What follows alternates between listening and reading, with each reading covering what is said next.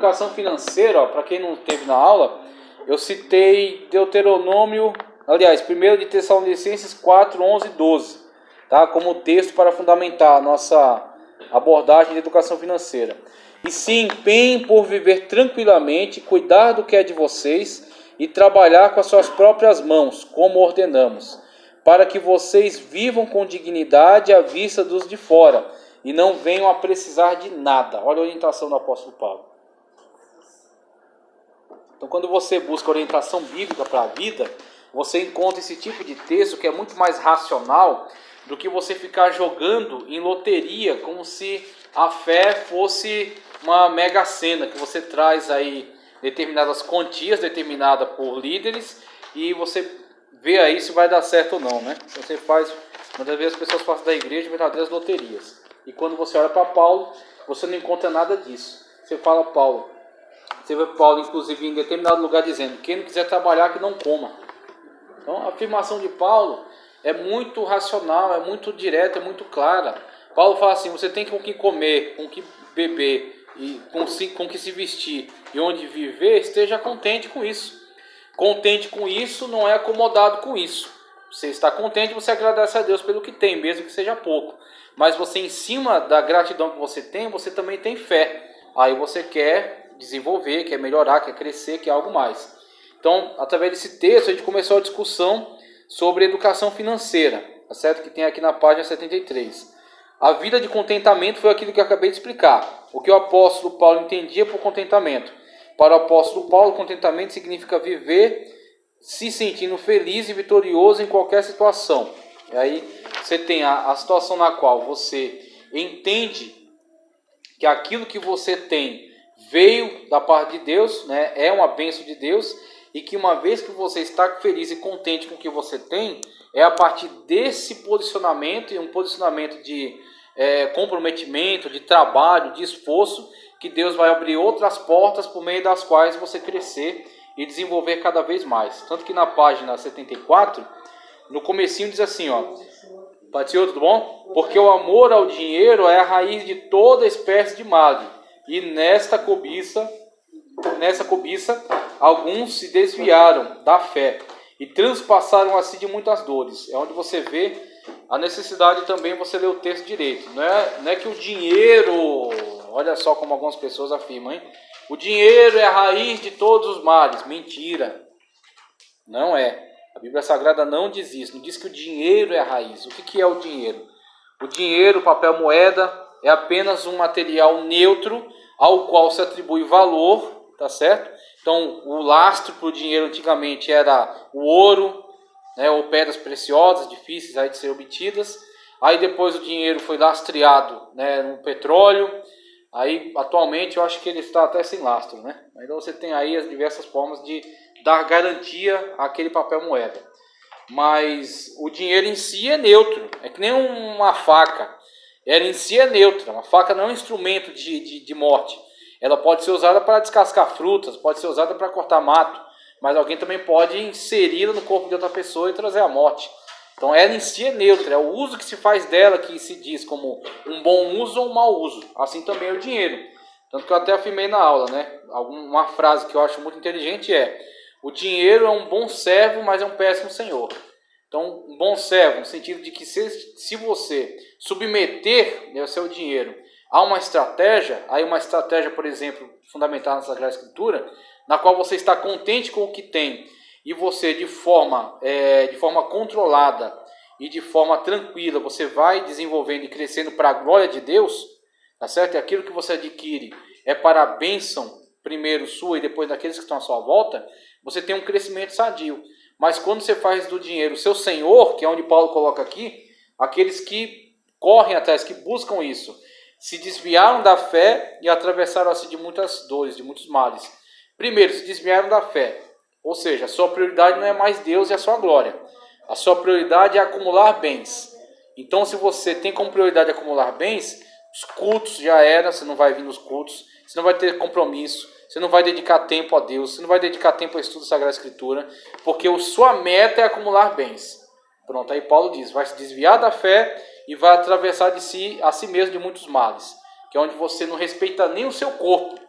você não respeita nem os seus limites, você não respeita nem a sua família. Você vai metendo a cabeça e tentando acumular esses bens, né? Onde você colocou o seu coração, né? O seu tesouro está nessas coisas, e o seu coração está nelas. Então esses são os riscos que são denunciados aqui. Deus tem lhe protegido, você tem roupa para vestir, na sua casa tem comida para você e sua família se alimentar. Se você respondeu sim para todas essas perguntas, então você está dizendo que é uma pessoa abençoada. Portanto, deve estar contente, consequentemente, pode dizer, como disse Davi, não me faltará. Então, maravilhoso, né? Quando a gente parte dessa perspectiva, desse entendimento que é incentivado pela Sagrada Escritura.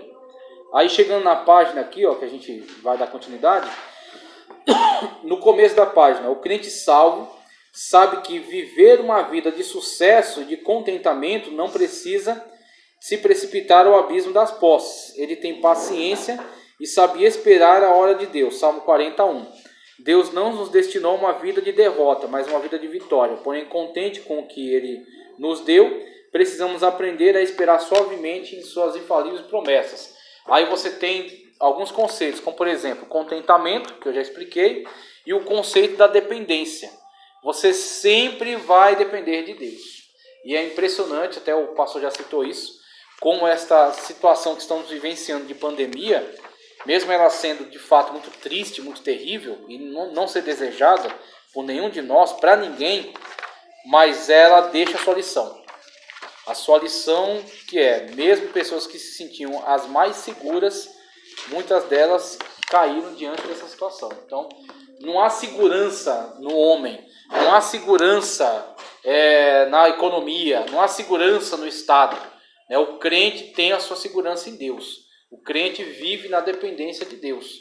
E ele não vai sair dessa realidade. Quando ele perde essa noção, ele se torna a igreja de Laodiceia. Rica sou e estou enriquecido, de nada tenho falta. Assim eles pensavam. E Jesus disse, não sabes que é pobre, cego e nu. Então, a suposta autossuficiência que eles achavam que tinham, na ótica de Cristo, era pura ilusão, era auto-engano. E assim, na verdade, somos todos nós. Todos nós dependemos de Deus. Por isso que nós não temos que estar aflitos. Nós temos que lançar sobre Ele nossas aflições. E o Senhor vai trazer aquilo que nós necessitamos. A avareza e suas variantes. Na página 75. Ó. A avareza é o apego excessivo ao dinheiro. Ela leva o avarento a ser esganado, miserável, mesquinho, ciumento, canguinho, que ele coloca aqui, é uma palavra engraçada, né? Sovina, migalheiro, fominha, pão duro, usurento, sórdido, etc. É interessante, eu não coloquei aí, mas Aristóteles, que era um filósofo que trabalhava muito com a ideia de virtude, tem um quadro dele que é muito legal, muito interessante. Ele coloca a virtude, o erro por excesso e o erro por ausência. Então, você tem, por exemplo, coragem como virtude, imprudência como excesso e covardia como ausência. Então, você sempre tem essas características da virtude, do excesso e da ausência, que exageram e diminuem isso que é virtuoso. Com a avareza, você vê, muitas das vezes a pessoa, ela precisa ter, vamos dizer assim, precisa ter um equilíbrio. Precisa ter um equilíbrio. Então, você está construindo alguma coisa, você está conseguindo estruturar um projeto, uma empresa, um meio de ganho. Então, você precisa ter um equilíbrio em relação a ela. Então você tem um pouco de economia financeira, você sabe que vai construir um patrimônio, e esse patrimônio tem que alimentar a empresa no sentido de ter capital de giro, conseguir reabastecer estoque, conseguir pagar as despesas devidas, e daquilo ali você tira o prolabore, que é aquilo que você vai se beneficiar mensalmente a partir do lucro produzido da empresa, e tem que ter também um capital para você reinvestir e fazer com que aquele negócio cresça, ou até diversificar. Então tem essas diversas situações que são encaradas pela pessoa que está lidando com essa área financeira. Agora, essa perspectiva ela não pode te tomar de tal maneira e causar em você tal desequilíbrio a ponto de você, num desespero para tentar proteger aquela situação e fazê-la desenvolver, fazê-la crescer, você, por outro lado, não se permitir, né, tanto se beneficiar disso, quanto beneficiar, tá certo, outras pessoas com a sua bênção. Então eu acho interessante na Escritura, quando fala acerca da bênção de Deus, fala que é recalcada, sacudida e transbordante.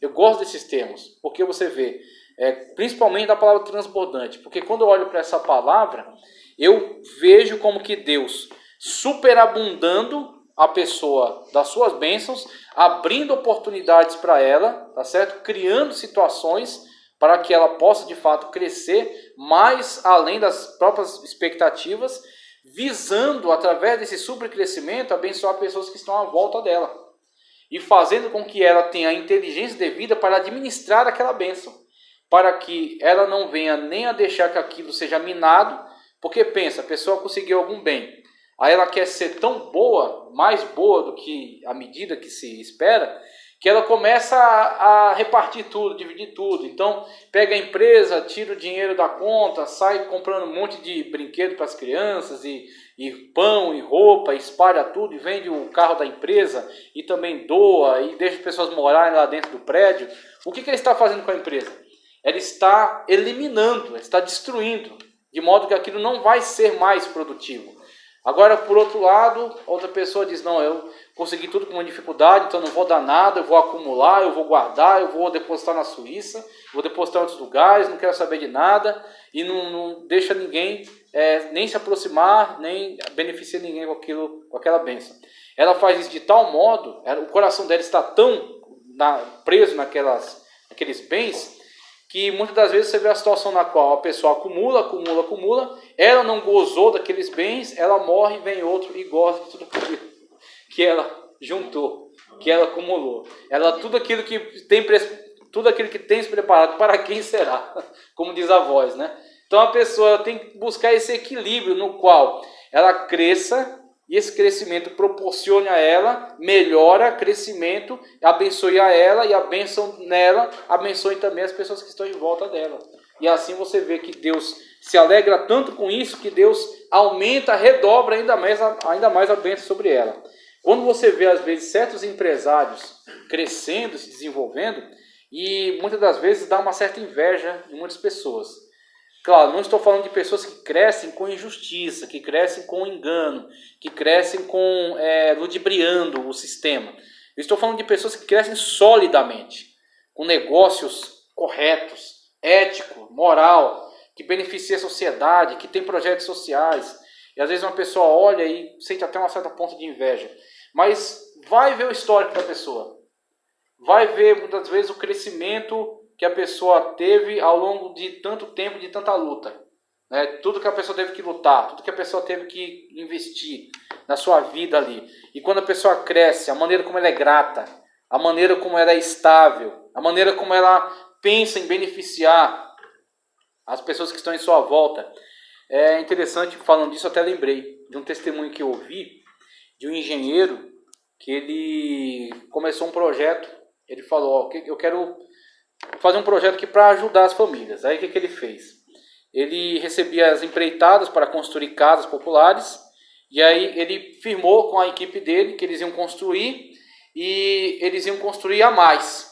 Então dava um projeto, aí eles investiam parte do dinheiro deles também, e da mão de obra, e construía mais. E o excedente que eles construíam, eles faziam como que um sorteio entre os empregados, para que na próxima obra os que ficavam de fora participassem do próximo. E assim eles foram suprindo essa necessidade de casas, né? De modo que eles pudessem chegar até a casa própria. Então eles foram nesse projeto, nesse empreendimento, e chegou uma situação em que eles iam fazer o sorteio, e a própria equipe chegou para ele e falou, olha, vamos fazer diferente dessa vez. A gente não quer fazer um sorteio, a gente quer beneficiar tal pessoa.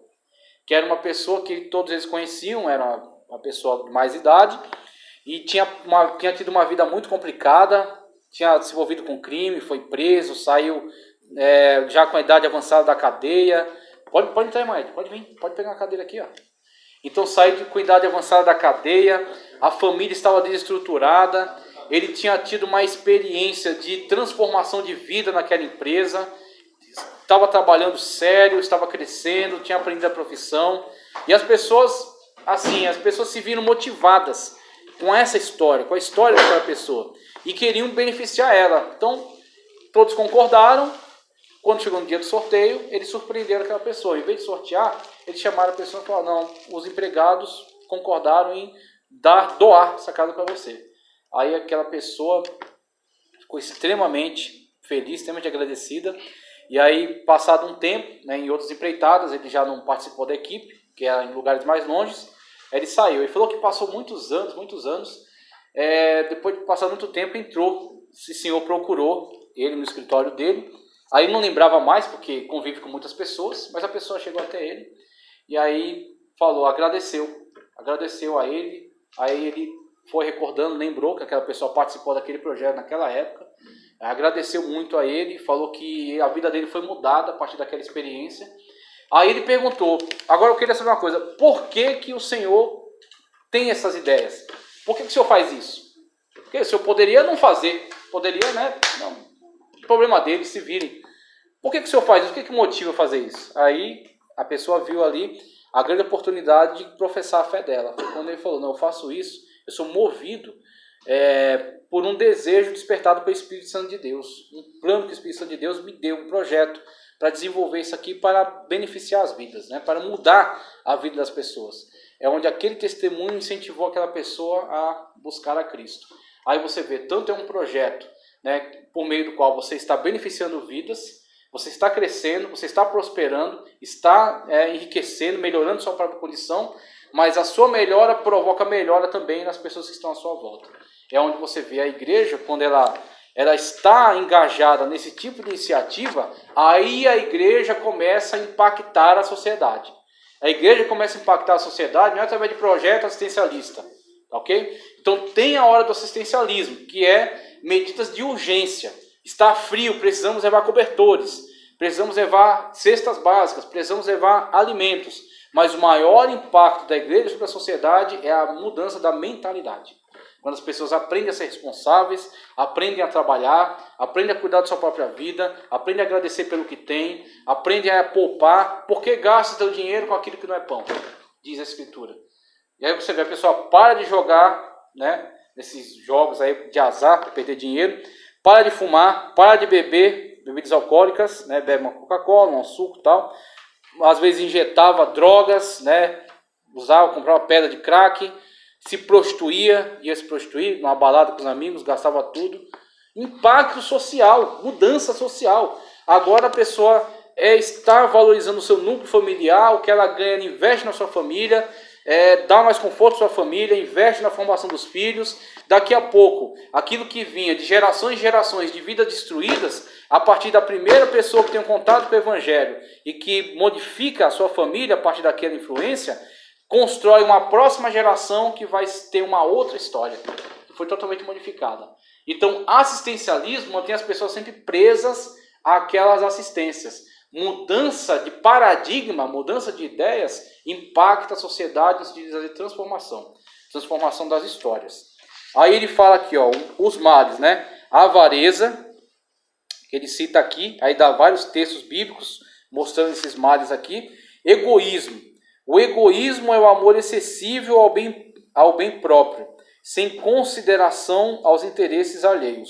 O egoísta é exclusivista, ele faz convergir tudo em torno de si próprio, contrariando a lei do amor. Por que ele faz convergir tudo em torno de si próprio? Por que você acha que ele faz isso?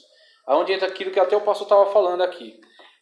A pessoa que tem a si mesma em muito alta conta. Ela acha que ela é a última bolacha do pacote. Ela acha que ela é extremamente especial.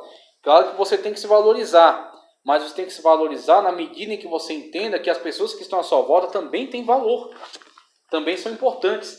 E principalmente na medida que você compreenda que você é importante, mas Deus, ele está acima de você. E você precisa respeitá-lo como autoridade. É onde você vai se autolimitar. Você não vai deixar que seu coração acumule esse tipo de ideias incoerentes, ideias incorretas, ideias equivocadas, tá ok? Então você tem que tomar sempre esse cuidado. Eu estou trazendo alguns textos, avareza aqui, por exemplo, ó, vida de contentamento, avareza.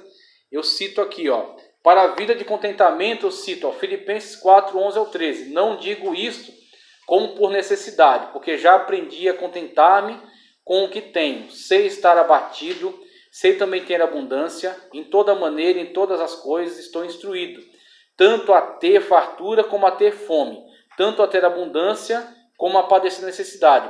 Olha a frase aí, olha a frase maravilhosa aí. Posso todas as coisas naquele que me fortalece. Olha o contexto dela. O contexto dessa frase é esse. Aí veja, Paulo, quem era Paulo, né?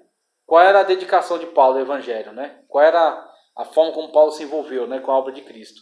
E quem aqui pode dizer que é melhor que o apóstolo Paulo? Não, sou melhor que Paulo, tem que passar por isso. Quem pode dizer isso? Então, se Paulo, com toda a dedicação dele ao Evangelho, ele enfrentou tais situações, por que que algumas pessoas constroem a falsa ideia, o falso Evangelho, de que existem alguns privilegiados que nunca vão passar por isso? Que nunca vão passar por essas aflições, por essas situações.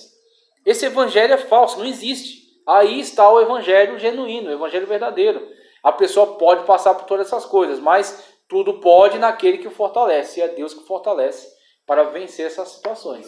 Pode falar. Sem contar que antes disso aí, Paulo... Que fala da avareza, ó, porque bem sabeis isto, que nenhum fornicador, ou impuro, ou avarento, olha onde ele coloca. Fornicador, impuro, avarento. O avarento ele coloca na mesma lista. O qual é idólatra, tem herança no reino de Deus. O avarento, ao ver dele, é um idólatra. O apóstolo Paulo, escrevendo os Efésios, diz: o avarento adora o dinheiro. O avarento adora as riquezas. O avarento adora seus bens. Então, eis aí o remédio contra a avareza, né? Todo dia avidamente cobiça, mas o justo nada retém. Aí você tem... Perdão, ali eu li o cobiçoso agora, isso, exatamente.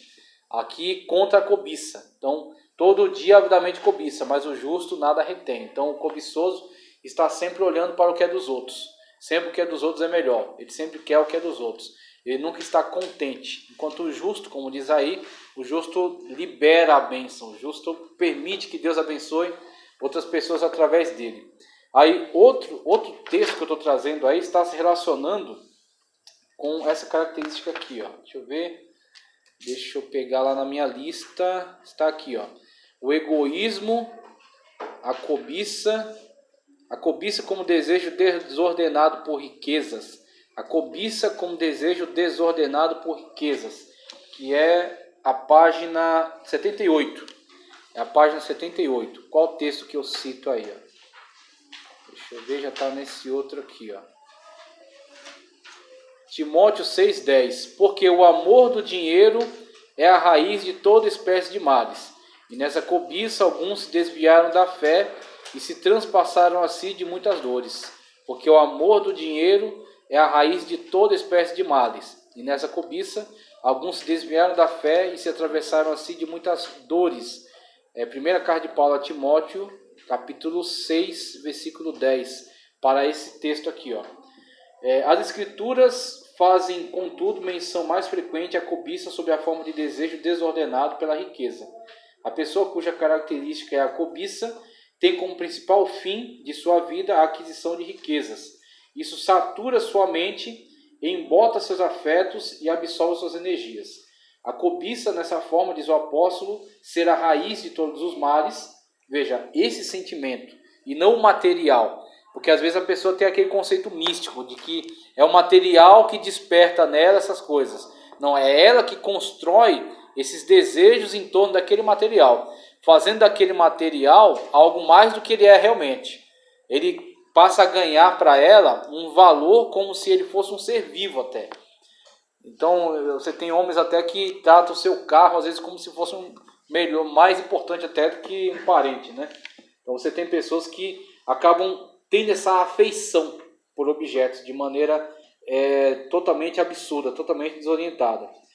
Olha só, que não pode entrar no céu, 1 Coríntios 6,10, nada material, que é um idólatra, Efésios 5,5, como eu já li, tá certo? Faz desse objeto seu Deus, dá seu coração e consagra sua vida, que Deus o aborrece, Salmos 10,3. E aí temos essa situação na qual a cobiça traz este grande mal para a nossa vida, só que hoje, no meio em que estamos, e sendo constantemente atingidos pela propaganda em massa, eu acredito que o que mais nos tenta hoje seduzir, o que mais nos tenta hoje atrair, é exatamente esse sentimento de cobiça. Porque as mídias não têm necessariamente um compromisso moral com a sua mensagem. Então, muitas das vezes, as mídias elas acabam sendo limitadas por alguma ação judicial movida pela sociedade, algum comercial que passou um pouco dos limites, na nudez, ou na apologia às drogas, ou à violência, uma coisa assim. Mas, tirando isso, as mídias não têm compromisso moral. Então, elas vão jogar de tudo para tentar criar em você a consciência da necessidade. Então, muitas das vezes, o que eles querem fazer? Eles não querem dar a você o que você precisa. Eles querem dizer para você que você precisa de algo. Então, muitas das vezes, você estava muito feliz e muito satisfeito com o seu celular. Só que a forma como o comercial se coloca, a forma como eles te apresentam, e muitas das vezes eu já observei isso e eu fiquei um tanto chocado, porque às vezes um celular num comercial não é um celular é um sentimento, é um status. Então mostra muitas das vezes não o fato do aparelho ter tais aplicativos, ou tal capacidade, ou tal câmera, ou não sei o que, mas mostra que a pessoa que usa tal aparelho está em determinado status quo. Então mostra que ela é um empresário, mostra que ela é bem sucedida, que ela está feliz, que ela ri, que ela tem amigos, que ela faz selfies, que ela vive aventuras e tudo mais. Porque o que interessa não é o aparelho ele é semelhante a tantos outros aparelhos que foram lançados. Agora colocou um botão a mais, colocou uma câmera a mais, mas não é necessariamente relevante a ponto de você desprezar o seu e comprar um novo. Então o que eles apelam? Eles criam todo um contexto, criam todo um ambiente. E você quiser saber, tem muitas pessoas que são educadas nessa escola. Aí constroem um determinado conceito de família que foi incentivado pela mídia. Constroem um determinado conceito comerciais que eu já vi que foram até tirados da TV. Se o seu marido não atende mais suas expectativas, jogue-o fora. Aí mostra que a pessoa pega, joga determinado aparelho porque não atende mais expectativas, for no micro-ondas. For no micro-ondas, ficou obsoleto, porque não tem a função tal, não tem a função tal, não tem a função tal, jogue fora e compra um novo. Mas eles não dizem isso diretamente, eles pegam, colocam um casal, a mulher fazendo ginástica, o cara lá, trabalhou, está cansado no seu sofá, aí aquele marido já não atende mais expectativas da mulher, jogue-o fora, e compra um marido novo. E aí compra um micro-ondas novo, compra um celular novo, compra um carro novo. Eles não têm nenhum receio em colocar isso. Eles não têm nenhum receio em comunicar essa ideia. Essa ideia sendo dita aqui por mim parece a ideia mais ridícula do mundo. Mas no comercial, com o fundo musical adequado, com as imagens adequadas, com a ideia, a concatenação de ideias que eles colocam, faz sentido. E onde você nem percebe, mas você pode dizer para mim, não, eu sou adulto, eu sei que isso aí é uma idiotice. Mas e o seu filho? E a sua filha? E o jovem, o adolescente, que está construindo ainda seu conceito de mundo, sua moralidade? Ao longo dos anos isso traz mudança numa sociedade como um todo. Né? A sociedade mudou ou não? A partir da influência da TV, da imagem que fala. Mudou totalmente. A TV reeducou a sociedade nem sempre para bem. Nem sempre para melhor. Mais para o mal. É isso que temos percebido. E aí parece bobagem, mas quando você coloca em perspectiva, você vê o tamanho do rombo que causou. E aí você percebendo dessa forma, você percebe pessoas que têm cartão de crédito... Não vem pela área da afetividade, não vem pela área da traição, vamos colocar assim, não vem pela área do sexo, vem pela área financeira. Porque às vezes um é organizado e o outro é totalmente caótico. E aí você vê, a pessoa percebe que está sendo, muitas das vezes, carregando um fardo. Né? Porque ela trabalha, coloca, mas o outro vai e torra tudo. Então isso causa... Então, mas aí tem gente que faz assim, que pega o dinheiro da despesa que você vai consumir... Suicídio.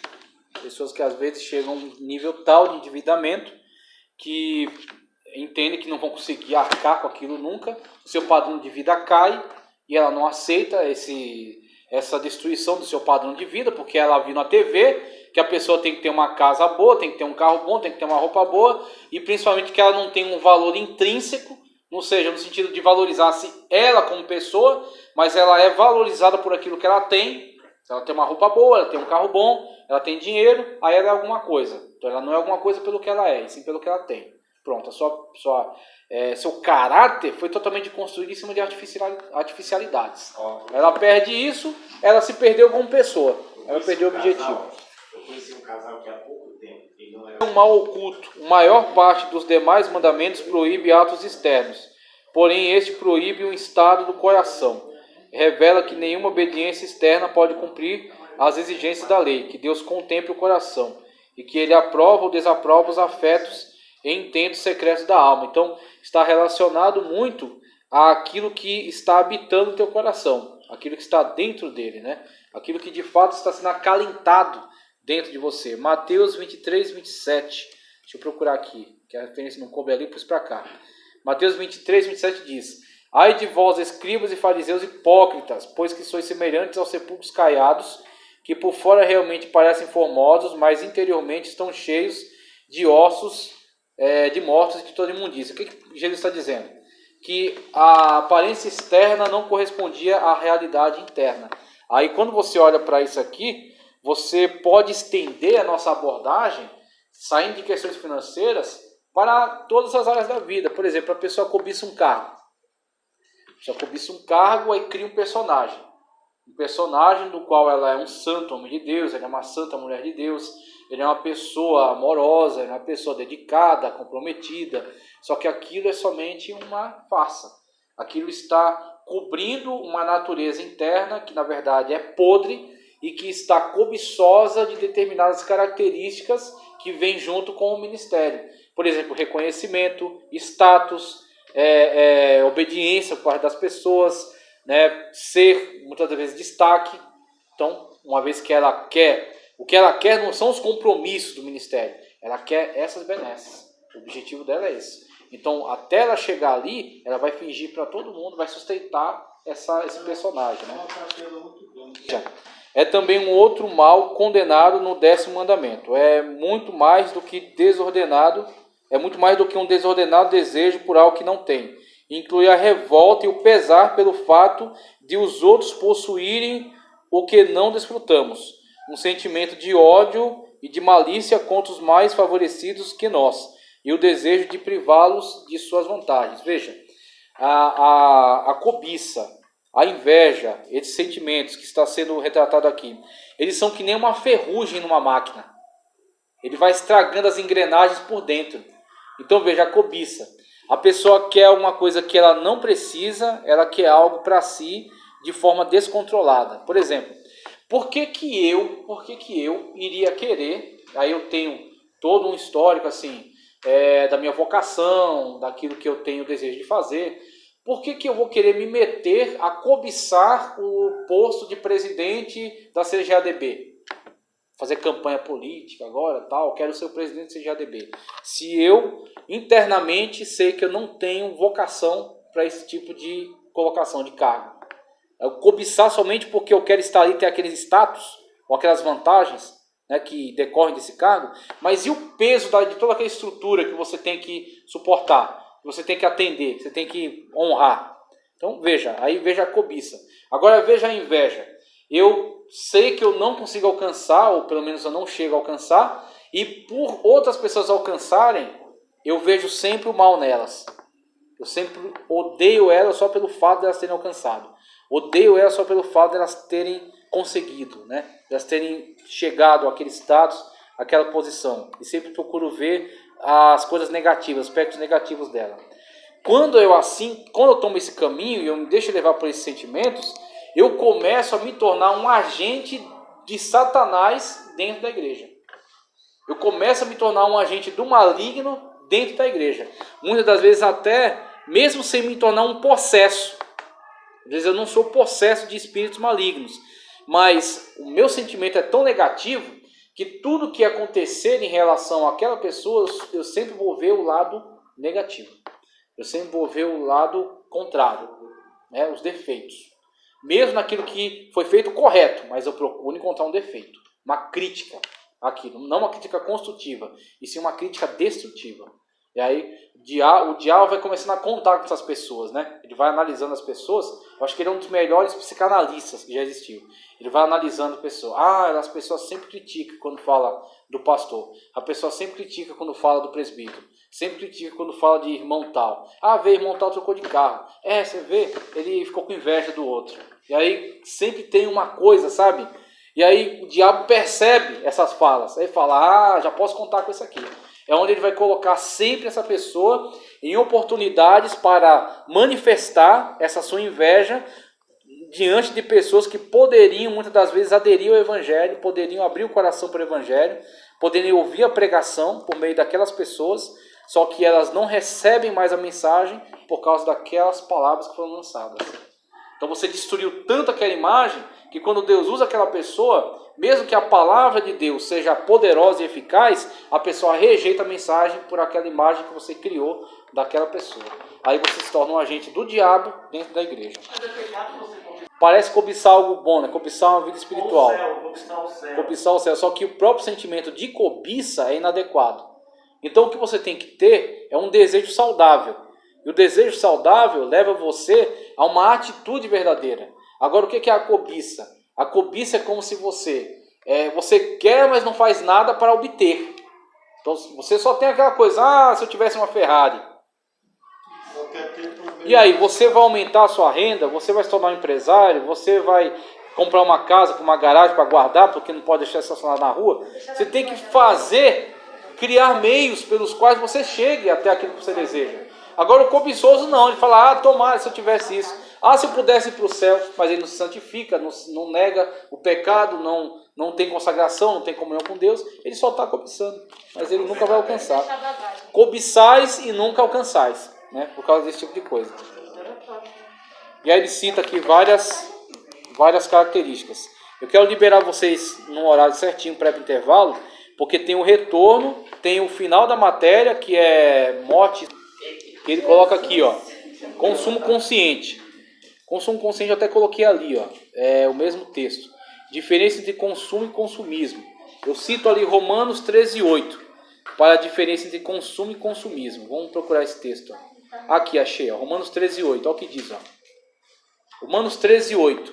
A ninguém devais coisa alguma, a não ser o amor, com que vos ameis uns aos outros, porque quem ama aos outros cumpriu a lei. Olha que maravilha, né? A ninguém devais nada a não ser o amor.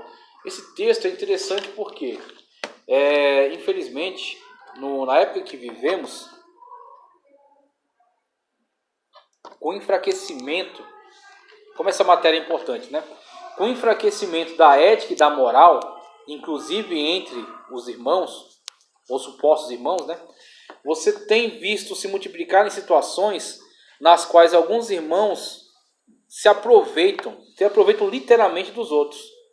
Eu já vi irmão que teve a audácia de dizer, a gente comete uns erros, mas você tem que pedir perdão e eu vou ter que aceitar o perdão, né? Então, se valendo disso, já premeditando que ele vai cometer um erro contra aquele irmão e aquele irmão vai ser obrigado a perdoá-lo. E quando você vê esse tipo de coisa surgir, você vê uma destruição da moralidade. Você vê uma destruição do caráter. O caráter agora está destruído. A pessoa está se utilizando de uma forma mais baixa possível da palavra de Deus. E aí você vê irmãos, por exemplo, que se aproveitam de outros irmãos. Irmãos contratam serviço de irmãos e não pagam devidamente. Irmãos que pedem emprestado e não devolvem o dinheiro, né? Irmãos que compram lá e não fazem o devido pagamento e às vezes forçam a pessoa a ficar num conflito. Por quê? Ele vai até a pessoa exigir pagamento, ela não paga. Vai até às vezes o pastor da pessoa para conversar, a pessoa diz que vai pagar e continua enrolando. Às vezes leva o irmão a abrir um processo judicial fora, né, na justiça comum, envergonhando ali o evangelho, dando mau testemunho por causa exatamente dessa falta de comprometimento. E aí quando eu olho para isso, eu vejo essa questão aqui, diferença de consumo e consumismo. O que é o consumo? É naturalmente você adquirir bens ou consumir serviços de acordo com a sua renda, de acordo com o seu padrão, ok? Então, não é pecado consumir. Se você tem condições, por exemplo, por que eu vou Por que eu vou criticar uma pessoa que aluga um iate e passa um fim de semana na represa Billings? Ele tem dinheiro para alugar, alugue. Ele tem dinheiro para andar de balão, ande. Ele tem dinheiro para comprar uma passagem para a Suíça, vá. Se ele tem dinheiro para fazer isso, bem. O problema é a pessoa não tem e quer fazer. Aí, meu irmão, mas postou no Face. Paciência, meu irmão, graças a Deus. O pastor foi lá e tomou um café na Champs-Élysées, de frente para a Torre Eiffel. Se é que é de frente para a Torre Eiffel, nem sei. Amém? Glória a Deus. Ele pôde ir lá fazer. Aí não, eu tenho que fazer também, porque ele não é melhor que eu. Mas quem disse que isso o torna melhor que você? Simplesmente ele está numa condição financeira que você não tem. Então você tem que ficar feliz e contente com aquilo que você tem. E ver os aspectos positivos daquilo que você tem. E se você quiser passar desse nível e ter um pouco mais de capacidade, construa essa situação. Ore a Deus, peça que Deus abra a porta, seja fiel, né? Trabalhe de forma responsável, se aperfeiçoe na profissão, ou faça uma outra formação, e por aí vai, meu irmão. Lide de uma forma mais racional com as coisas. Mas a pessoa que tem o pensamento de Deus, acho que Deus abençoa, porque se abençoar, ele vai sair da igreja. Ah, sim. Eu sei. Tem essa situação também da pessoa que... A vida assim, normal, financeira, mas tem... Que você está um pouco mais folgado, você faz uma viagem, você leva a sua família para um lazer. Exatamente. Tem momentos, né? Em relação a esses capítulos, ó. Pode te tirar da gangorra. Em relação a esses capítulos, ó. Compra consciente, tá? Compra consciente. As compras, coloca aí. Por que as pessoas se endividam? E também tipos de consumo, consumista, alienado, consciente. Eu trouxe esse texto aqui, ó. Para mim esse texto resume toda essa parte aqui. Veja. Por que gastais o dinheiro naquilo que não é pão? Por que gastais o dinheiro naquilo que não é pão? E o produto do vosso trabalho naquilo que não pode satisfazer? Ouvi-me atentamente, comei o que é bom, e a vossa alma se deleite com a gordura. Aí, Isaías 55:2, ao meu ver, ele também pode ser aplicado como uma conscientização a essas características, nas quais você precisa entender aquilo que agrega valor e aquilo que não agrega. Aquilo que de fato traz crescimento para você e para sua família, ou aquilo que é mero consumismo sem qualquer tipo de aproveitamento. Então, ir num parque, não estou crescendo espiritualmente, não estou crescendo intelectualmente, mas estou muitas das vezes vivenciando momentos agradáveis com meu filho. Eu estou me tornando uma pessoa presente para o meu filho, para minha filha. Fazer um passeio a sós com a sua esposa. Eu não tenho dinheiro para comer um caviar lá na Avenida Paulista, mas eu tenho dinheiro para comer uma feijoada aqui no bar da esquina. Uma vez eu ouvi uma história, Salomão Schwartzman, da Rede Cultura. Ele conta uma história maravilhosa. Ele falou, ele estava em determinado lugar, tomou um café, e aí, aliás, não era ele. Ele conta essa história. Então a pessoa estava lá, numa padaria Mequetrefe aí em algum lugar, tomando café. Daqui a pouco vê numa mesa, tinha o pai, a mãe e uma menina. Aí o garçom, o rapaz lá da copa, vai lá e leva uma fatia de bolo. Uma fatia de bolo para a mesa, põe no meio da mesa lá. Aí a mulher tira da bolsa uma vela, espeta naquela fatia de bolo. Aí de forma discreta eles vão lá e batem parabéns para a menina. Baixinho ali para não encher o saco dos outros. Aí bate parabéns, a menina sopra a vela e come o bolo. E aí aquele homem que estava tomando café, aquela cena impactou ele. Porque ele disse, veja, falta condições, porque a vontade é alugar um lugar, um buffet, com balões, com presentes, com comida abundante. Eles têm? Não. Mas nem porque eles não têm essa condição que eles vão deixar de fazer. Eles fizeram na medida do que eles podiam. E aí proporcionaram àquela menina afeto, carinho, comprometimento, respeito. Eles respeitam ela a tal ponto que eles fizeram, não na medida que eles gostariam, mas na medida que eles podiam.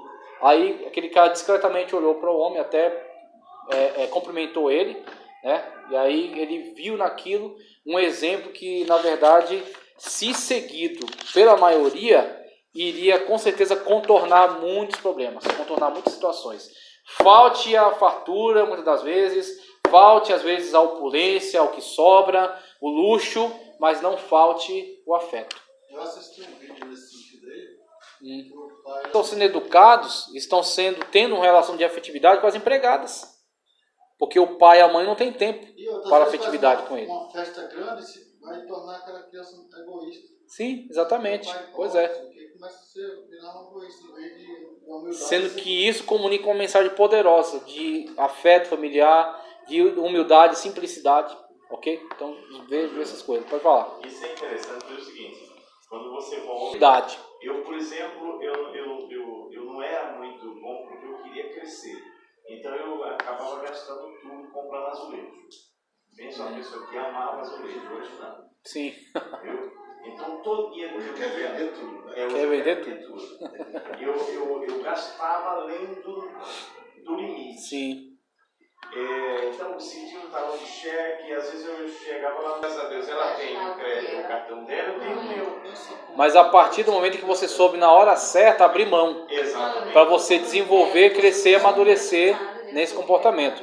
Esses três aqui, ó, inadimplência, honrar o fiador e desonestidade, são esses três textos. Ó. O primeiro é Provérbios 22:7. O rico domina sobre os pobres, e o que toma emprestado é servo do que empresta. Quer texto mais verdadeiro do que esse?